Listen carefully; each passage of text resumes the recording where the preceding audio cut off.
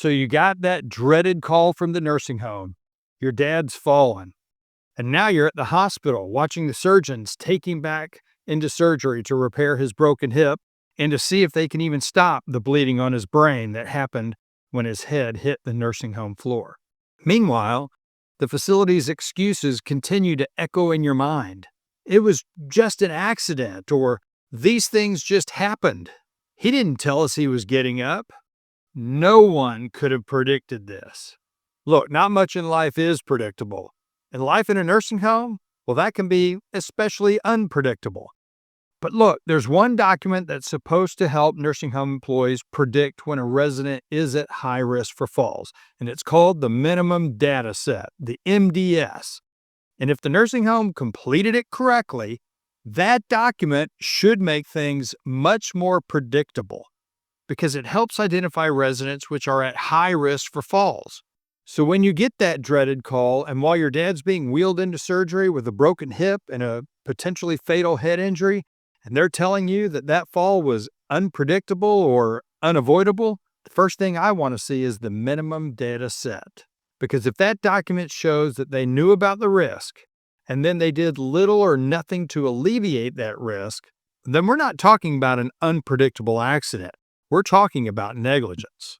In this video, I'm walking you through the 5 most important MDS data points that often prove a nursing home knew the risk and failed to act anyway. Hi, I'm David Terry, a nursing home abuse and neglect attorney based in St. Louis, Missouri, but handling cases throughout Missouri and Illinois. This is my 25th year of handling nursing home cases. I think I've heard just about every excuse, every lie, and every story the nursing home industry uses to protect themselves when things go wrong. And if you're watching this, unfortunately, things have probably gone wrong.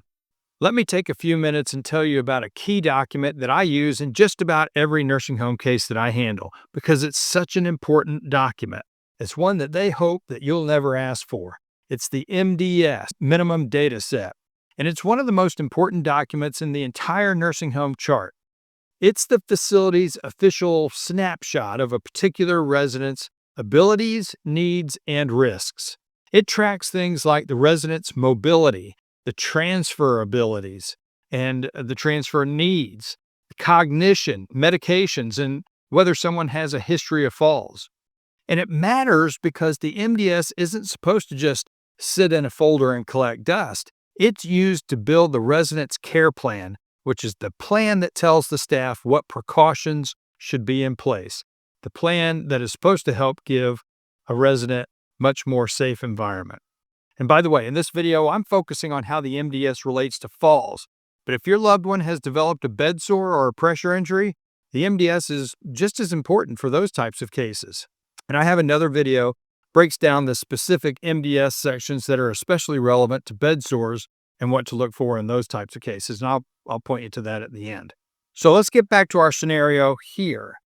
Dad's fallen at a nursing home and suffered a head injury and a broken hip. And the nursing home is either stone cold quiet or they're giving you excuses as to why they aren't at fault.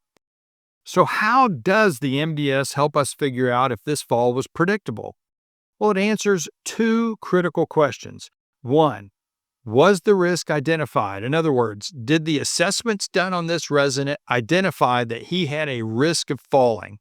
And then the second question, if so, if they did identify that, how do they score that risk? Well, we find these answers to these 2 key questions in 5 separate areas in the MDS that document fall risk. And I'm going to walk you through each one of those one by one. Let's start at data point number 1, section GG, which is functional abilities and goals. This is where the nursing staff documents their assessment on several functional abilities, things like whether your loved one can safely move from a seated position to a standing position, or from a lying position to a sitting position. And they assess whether the resident can safely move from a chair to a bed and from a bed back to the chair, and the resident's ability to get on or off a toilet.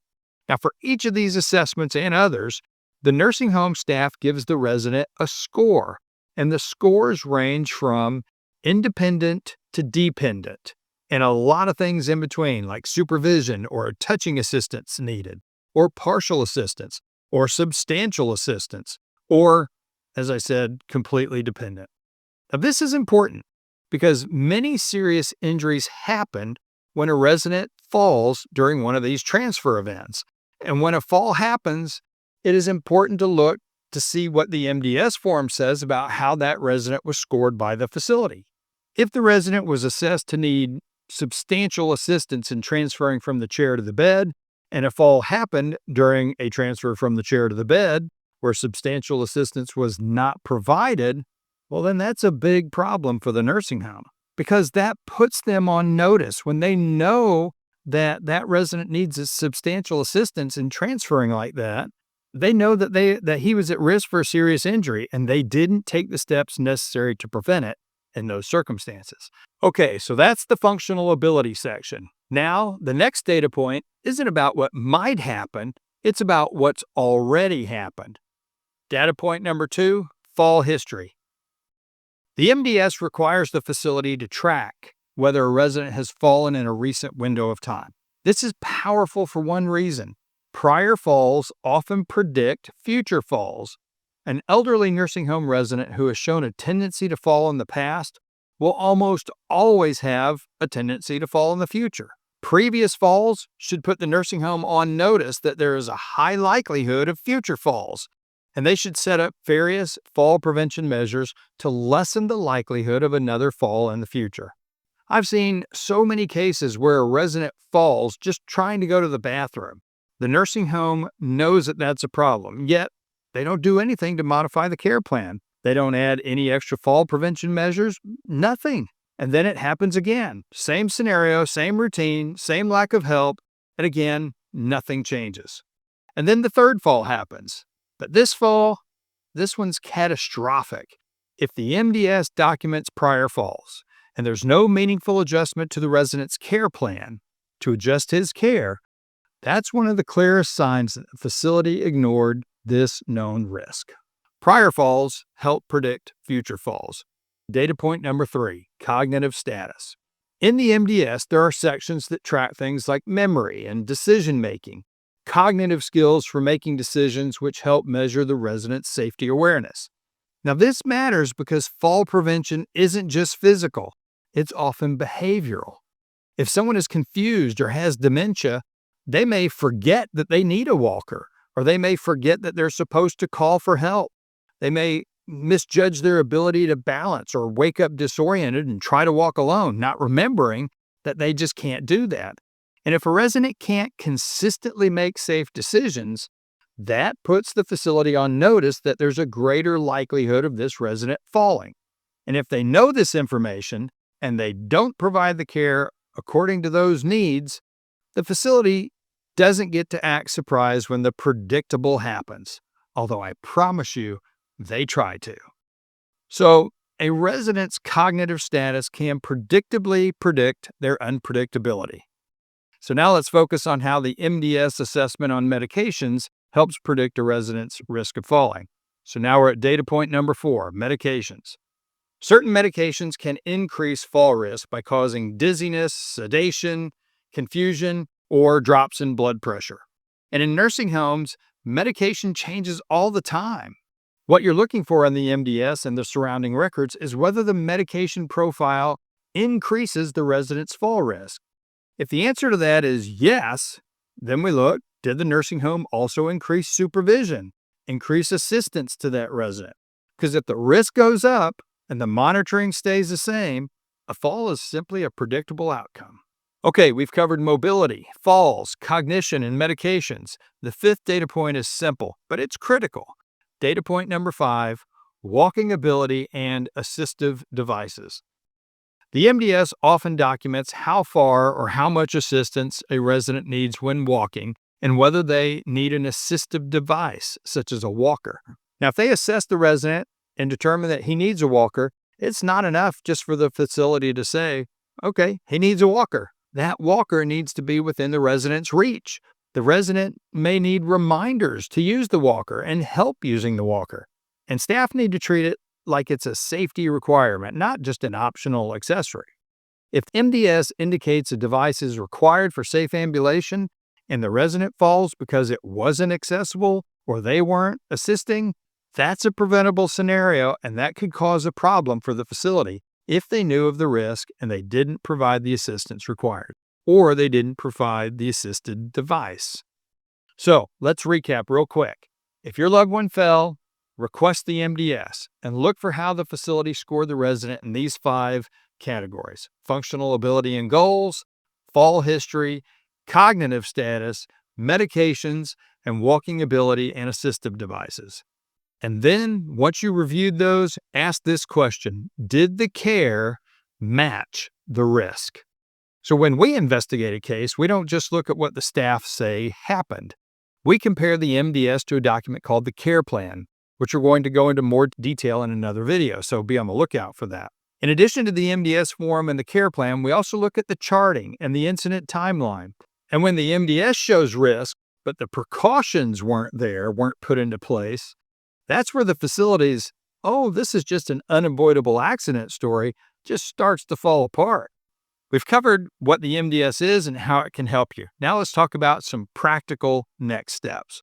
Step 1, request the most recent MDS assessment and care plan. I get them all, but at a minimum, get the recent ones. And if you're the legal representative or you have proper authority, you can ask for those records. If you're unsure what you're entitled to request, an attorney in your area that knows how to handle these types of cases can help you navigate that. So ask for those records. Step 2, compare the MDS risks that are assessed to what happened at the time of the fall. Look for how the resident was assessed. Was he supposed to have assistance? If so, did he have the assistance when he fell, or was he left alone or didn't have enough assistance? Was there a fall history with no care plan change? Was his cognition impaired with no safeguards added to counter that problem? Were high-risk medications present without increased monitoring? And was the walker required but out of reach? And finally, step 3, if the documentation doesn't match the story, talk to an attorney in your area who handles nursing home neglect cases. If you're in Missouri or Illinois, you can feel free to call our office. If you're in a different part of the country, you can still call us and we can help you find somebody in your area. We can try. We know a lot of lawyers all over the country who handle these types of cases regularly.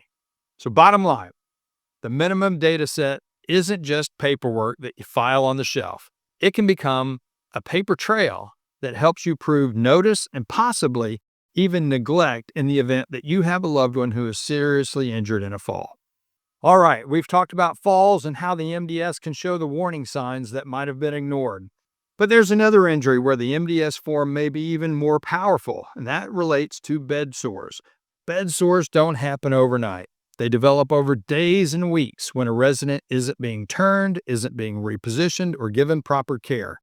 And the MDS helps track every single one of those risk factors: mobility, repositioning, continence, nutrition, and prior pressure injuries.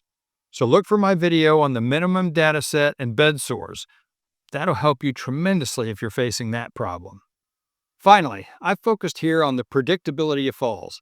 In another video, I break down mysterious nursing home fractures in Missouri and Illinois nursing homes, and I provide 7 key questions that families should ask when that happens. That video is entitled Nursing Home Fractures, 7 Questions They Don't Want You Asking. Watch that video next because it might be very helpful to you if you're in that situation. And I'll see you over there.